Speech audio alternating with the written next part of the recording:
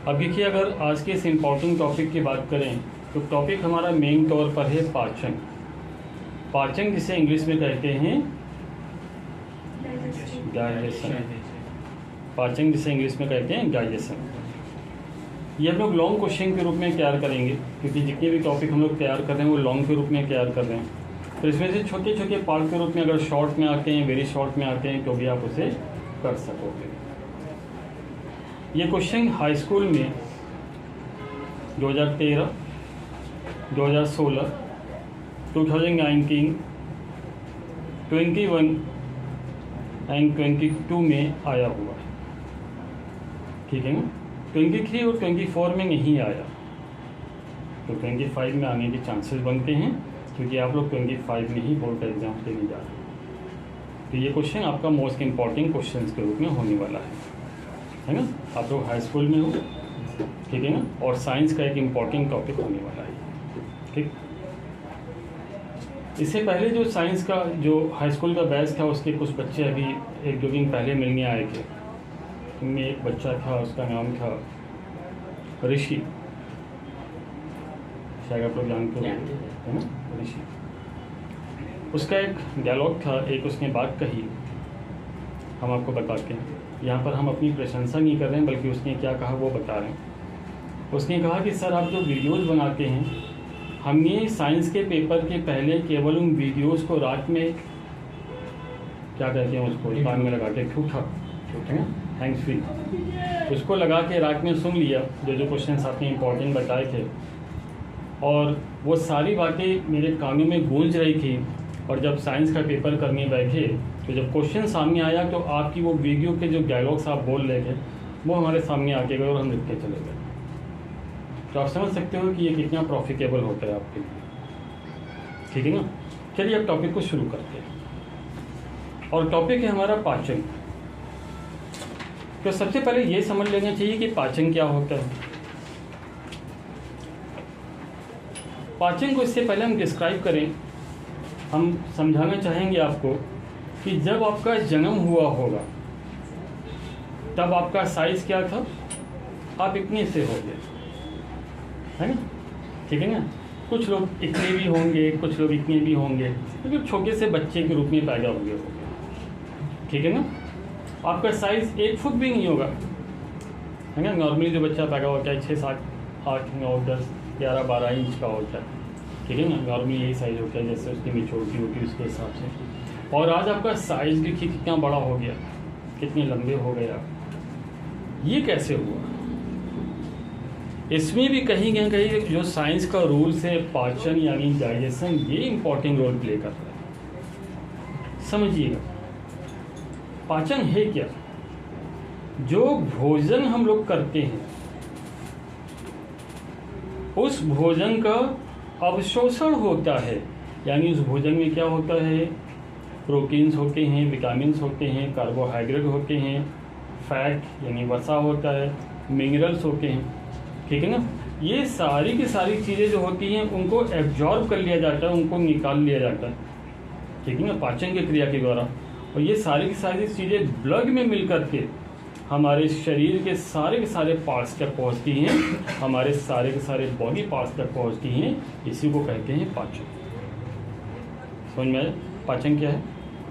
पाचन में हमने आपको बताया कि पाचन का अर्थ क्या होता है। जो भोज्य पदार्थ होता है उसमें प्रोटीन्स, कार्बोहाइड्रेट, फैट, मिनरल्स, ठीक है ना, ये सारी की सारी चीज़ें होती हैं जो उसमें से निकाल लिया जाता है पाचन की क्रिया के द्वारा। ब्लड में मिलकर के ये हमारे शरीर के सारे बॉडी पार्ट्स तक पहुंचती हैं, जिससे कि हमारे बॉडी का विकास होता है। इस क्रिया को ही हम लोग पाचन की क्रिया कहते हैं। इंग्लिश में बात करें तो conversion of larger complex and insoluble molecules of food. तो जो फूड के जो लार्जर मॉलिक्यूल्स होते हैं, कॉम्प्लेक्स मॉलिक्यूल्स होते हैं, इंसॉल्युबल मतलब जल में घुलनशील मॉलिक्यूल्स होते हैं, उनका क्या होता है, material into smaller simple and soluble molecules. उनको स्मॉलर तोड़ दिया जाता है, सिंपल साधारण कर दिया जाता है, एंड सोल्युबल जल में घुलनशील कर दिया जाता है मॉलिक्यूल्स को, with the help of digestive enzymes, जो हमारे शरीर से एंजाइम्स निकलते हैं उनकी हेल्प से, इज कॉल्ड डाइजेशन। इस क्रिया को ही हम लोग डाइजेशन कहते हैं। ठीक, क्या बताया? Conversion of larger complex and insoluble molecules of food materials into smaller simple and soluble molecules with the help of digestive enzymes is called digestion। Clear? यकीन की जरूरत नहीं, चूँकि वीडियो रिकॉर्ड हो रही है, क्योंकि साइंस के टॉपिक्स हम अक्सर रिकॉर्ड करके हैं, टफ सब्जेक्ट माना जाता है, ठीक है ना, इसलिए इसकी रिकॉर्डिंग करते हैं ताकि आप इसको वीडियो में गेट करके कर सकें, ठीक है ना। और इसके PDF भी हम ये बना के डाल देते हैं ताकि अगर जिनके पास नेट नहीं है या कम नेट है, कुछ बच्चे होते हैं जिनके पास नेट ज़्यादा नहीं होता, तो वो PDF से गेट करके भी कर सकते हैं, ठीक है ना। केवल साइंस के टॉपिक्स में ऐसा फर्क किया जाता है PDF, ठीक है। अब चलिए इसके स्टेप्स पर आते हैं कि उसका स्टेप्स क्या होता है। भैया ये तो पता है कि भोजन हम लोग कहाँ से लेते हैं? मुख से लेते हैं, है ना, माउथ से भोजन लेते हैं, और उसके बाद ये कोशिका में होते हुए पाचन तंत्रों तक जाता है। तो जो पहला पार्ट हमारा आता है वो आता है माउथ एंड ब्यूकल कैविटी, यानी मुख और मुख गुहा जिसे हम लोग कहते हैं, है ना, मुख एंड मुख गुहा, यानी माउथ एंड ब्यूकल कैविटी। तो ये क्या होता है? ये भोजन नली का सबसे अगला भाग होता है, सबसे फ्रंट पार्ट होता है भोजन नली का। क्योंकि लोग भोजन कहाँ रखते हैं? मुख में रखते हैं। भोजन को ग्रहण कैसे करते हैं? मुख के द्वारा ही करते हैं। मुख में क्या होते हैं? दांत होते हैं। दांत भोजन को पीसने का काम करते हैं, है ना। हमारे मुख गुहा में क्या होती है? लार होती है, लार ग्रंथियाँ पाई जाती हैं, जिसमें से क्या निकलती है? लार निकलता है, एक लिक्विड टाइप का निकलता है, जो भोजन को क्या करता है? गीला कर देता है ना। और इसको भोजन को गीला करता है तो भोजन में क्या होता है? कार्बोहाइड्रेट होता है। हमें पता है क्या? कार्बोहाइड्रेट, प्रोटीन, फैट्स, वो सारी चीज़ें होती हैं। तो लार में क्या उपस्थित होता है? एक एंजाइम होता है। क्या नाम होता है एंजाइम का? टाइलिन। लार में कौन सा एंजाइम पाया जाता है? टाइलिन। तो 1 नंबर में क्वेश्चन आ सकता है, भैया लार में कौन सा एंजाइम पाया जाता है? MCQs में आ सकता है ना। तो लार में एक एंजाइम पाया जाता है जिसका नाम होता है टाइलिन। ये क्या करता है? भोजन में जो स्टार्च होता है उसको शुगर में चेंज कर देता है, शर्करा में। भोजन में जो स्टार्च होता है उसको ग्लूकोज में चेंज कर देता है ना, ग्लूकोज में चेंज कर देता है, यानी शर्करा में चेंज कर देता है।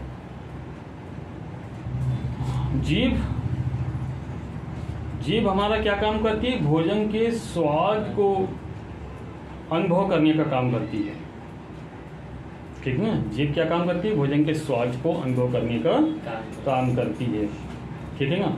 और जीभ के जो मुख गुहा का पिछला हिस्सा होता है, यानी जीभ का जो पिछला हिस्सा होता है, वहाँ पे क्या होती है? ग्रसनी होती है ना, पारिनेक्स जिसे हम लोग कहते हैं, ग्रसनी होती है। ये अंतिम छोर पर निगल ज्वार के द्वारा भोजन को आगे बढ़ाने में हेल्प करती है। क्लियर? अब इसी को इंग्लिश में समझेंगे। तो फर्स्ट पार्ट हमारा आता है digestion in buccal cavity. In buccal cavity the food is chewed and mix with saliva. तो ब्यूकल कैविटी में क्या होता है कि भोजन को चबाया जाता है, उसमें सैलिवा जो लार होती है उसे मिक्स किया जाता है। Ptyalin enzyme is present in saliva. Saliva में कौन सा एंजाइम होता है? टाइलिन एंजाइम होता है। एक एक्ट्स ऑन स्टार्च, ये स्टार्च पर एक्ट करता है एंड कन्वर्ट इनटू शुगर, और इसे शुगर में कन्वर्ट कर देता है, जिसे हम लोग मेल्टोस भी कहते हैं। क्लियर? सेकेंड पार्ट हमारा क्या आता है? वो आता है ग्रेसिका। ग्रेसिका और इसोफेगस जिसे इंग्लिश में कहते हैं, ग्रेसिका।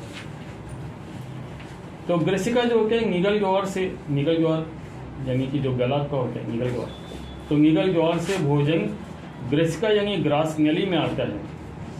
यहाँ पे कोई पाचन की क्रिया नहीं होती है, ठीक है ना।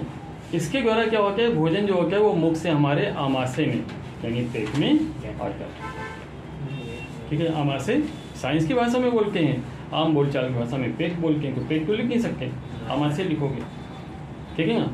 तो ऑइसोफेगस की बात अब इंग्लिश में कर लेते हैं। It is also known as food pipe. इसे हम लोग फूड पाइप के नाम से भी जानते हैं, है ना। It is also known as food pipe and the length of food pipe is 25 to 30 centimetre.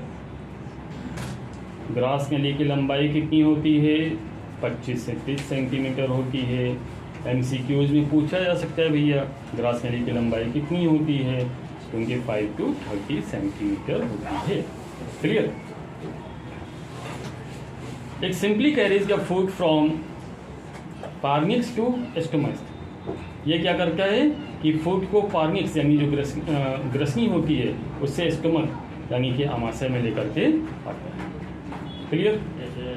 अगला पॉइंट हमारा आता है digestion in stomach. Digestion in stomach जिसे हम लोग कहते हैं आमाशय में पाचन। तो अब भोजन कहाँ आ गया? आमाशय में आ गया। अब जब भोजन आमाशय में आएगा तो आमाशय से एक हार्मोन्स निकलेगा, एक हार्मोन निकलेगा। क्या नाम है इसका? गैस्ट्रिक। कौन सा हार्मोन निकलता है? गैस्ट्रिक हार्मोन निकलता है जो जठर ग्रंथियों को एक्टिव कर देता है। ये क्या करता है? जठर ग्रंथियों को एक्टिव कर देता है, यानी कि गैस्ट्रिक ग्लैंड्स जिसे कहते हैं। जठर ग्रंथि मतलब गैस्ट्रिक ग्लैंड्स उसे एक्टिव कर देते हैं। अब इसमें से क्या होता है? जठर ग्रंथियों यानी गैस्ट्रिक ग्लैंड से कौन सा जूस निकलता है? गैस्ट्रिक जूस, जठर रस। कौन सा जूस निकलता है? गैस्ट्रिक जूस निकलता है जिसे हम लोग कहते हैं जठर रस। ठीक है ना। अब इस गैस्ट्रिक जूस में क्या पाया जाता है? HCl पाया जाता है। HCl क्या होता है?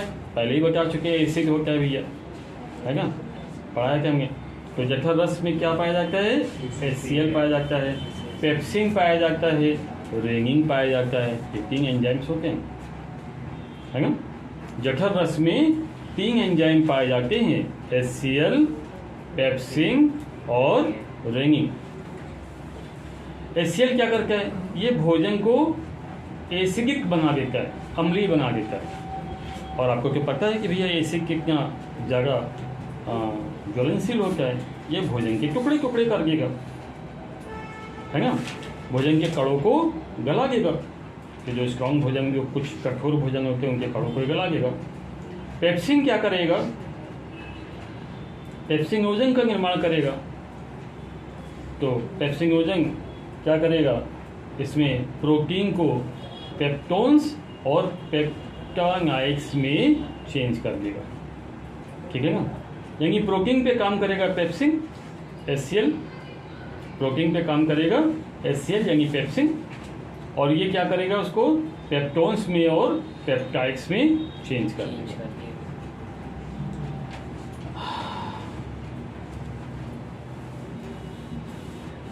अब देखिए, दूध कहते हैं, वैसे जो दूध होता है मिल्क, उसका पाचन थोड़ा सा मुश्किल होता है। इसलिए कहते हैं कि दूध को सोने के 2 घंटे पहले ही पी लेना चाहिए। ठीक है ना, वरना आपका पेट भी खराब हो सकता है कि पाचन ना हो उसका। तो हमारे शरीर में एक रेनिन होता है जो दूध को फाड़ करता है उसमें, और उसमें दूध में घुली जो कैसीन होती है उसको अलग कर देता है। दूध में घुली हुई जो कैसीन होती है उसको अलग कर देता है, जिससे कि उसका आगे पाचन हो सके। ठीक है ना। भोजन जो होता है वो हमारे शरीर में 3 से 5 घंटे तक रहता है। आमाशय में भोजन 3 से 5 घंटे तक रहता है। यहाँ भोजन अवलेह के रूप में आता है। भोजन के स्वरूप को हम लोग काइम कहते हैं। भोजन के स्वरूप को काइम बोलते हैं। तो डाइजेशन इन स्टमक हमने बताया। अब जरा इसी को हम डिस्क्राइब करेंगे इंग्लिश में, ताकि आप उसे इंग्लिश में भी समझ सकें। Digestion in stomach: the food grinded continuously in stomach due to peristalsis movement. तो जो पेरिस्टेलिसिस मूवमेंट होता है, जिसके कारण जो भोजन होता है उसको ग्राइंडेड किया जाता है, कॉन्टिन्यूसली पेट में ग्राइंडेड किया जाता है। तो ग्राइंडेड तो समझते हो, मिक्स करना है। The gastric juice from gastric glands mix in it. तो गैस्ट्रिक ग्लैंड से जो गैस्ट्रिक जूस निकलता है वो इसमें मिक्स कर दिया जाता है। तो कौन कौन सा होता है इसमें भैया? HCl पाया जाता है ना, और क्या पाया जाता है? पेप्सिन पाया जाता है। और क्या पाया जाता है? रेनिन पाया जाता है। ठीक है ना, ये गैस्ट्रिक जूस में प्रेजेंट होते हैं। तो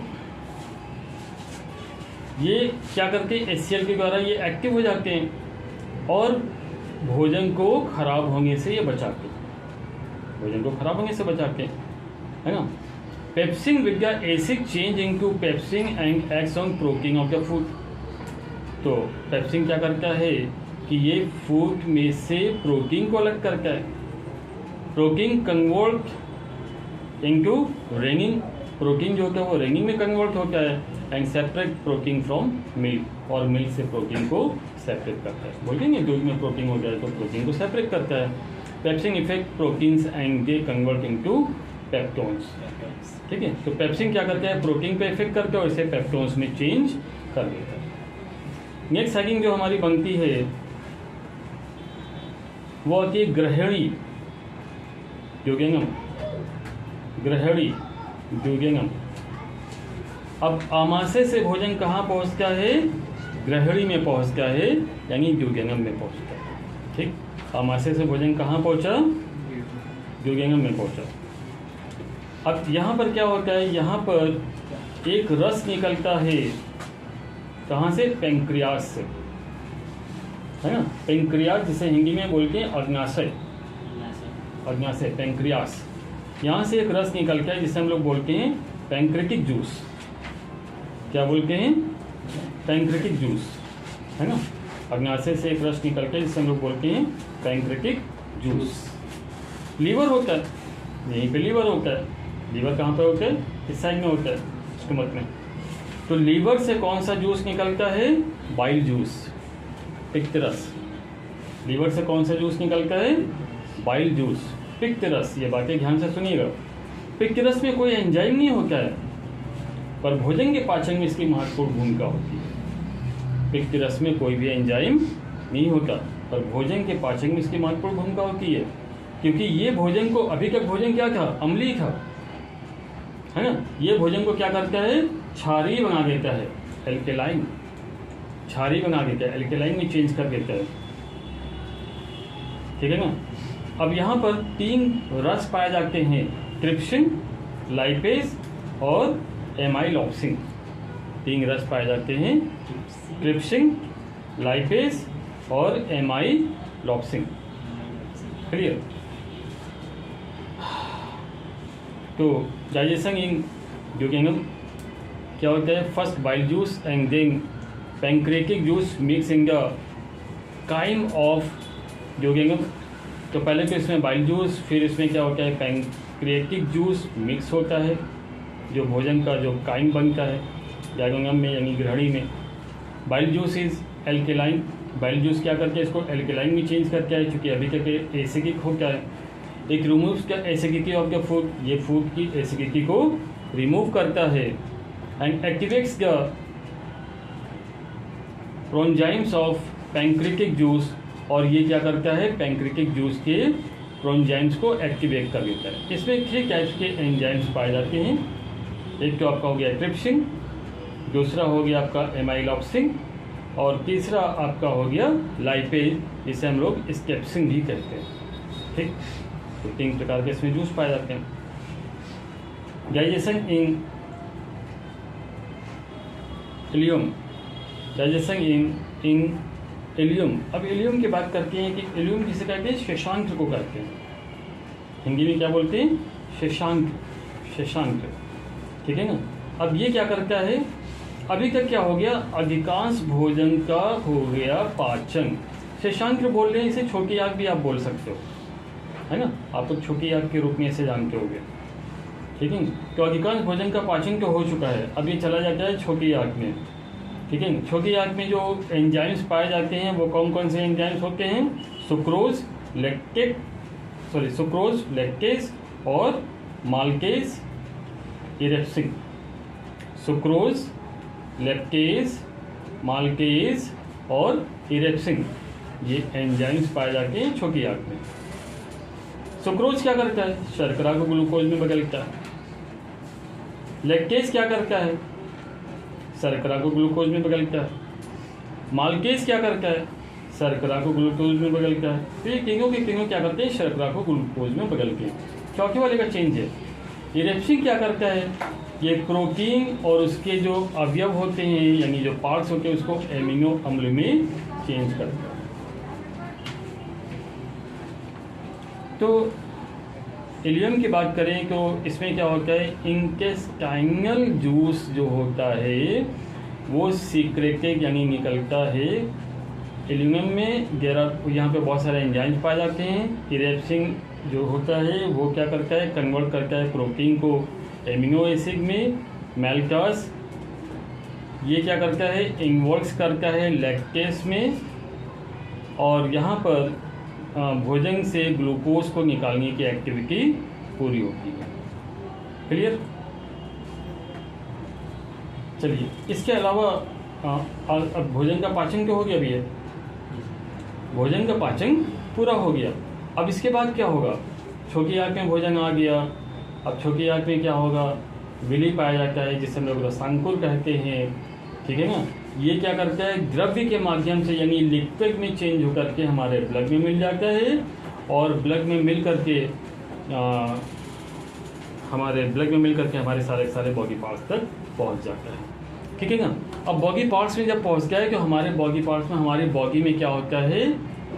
हमारे बॉडी में पाया जाता है जीव द्रव्य। क्या पाया जाता है? जीव द्रव्य। जीव द्रव्य क्या होता है? यानी कि जो जीव होता है ना वो द्रव्य के रूप में होता है, एक आत्मा, जिसे हम लोग आत्मा बोलते हैं आम बोलचाल की भाषा में। ठीक है ना? उसको पोषण किससे मिलता है? उसको पोषण मिलता है भोजन के माध्यम से। ठीक है ना? और उसका जो होता है वो विकास होता है। ठीक, भोजन का पाचन हो गया। उसके बाद जो भी वेस्टेज बचेगा वो चला जाएगा लार्ज इंटेस्टाइन में। लार्ज इंटेस्टाइन यानी जिसे बड़ी आंत हम लोग कहते हैं। ठीक है ना? जिसे हम लोग रेक्टम भी कहते हैं या फिर अनस भी कहते हैं। ठीक है ना? गुदाद्वार हिंदी में कहते हैं। तो जो भी विषैला पदार्थ बचता है, जो पॉइजनस फूड बचता है, जो सारा का सारा प्रोटीन्स, विटामिन, कार्बोहाइड्रेट, मिनरल्स वगैरह सब निकाल लिया, तो बचा क्या उसमें? फिर पॉइजनस पदार्थ बचे। ठीक है ना? जो हमारे शरीर के लिए बहुत ज़्यादा नुकसानदायक होते हैं, वो क्या करते हैं? लार्ज इंटेस्टाइन के माध्यम से यानी कि गुदाद्वार के माध्यम से, अनस के माध्यम से हमारे शरीर के बाहर निकल जाते हैं। क्लियर हो गया? ठीक। तो इंग्लिश मीडियम में कुछ बातें नहीं दे रखी कि वो बातें भी हमने इसमें ऐड करके बता दी। ठीक है?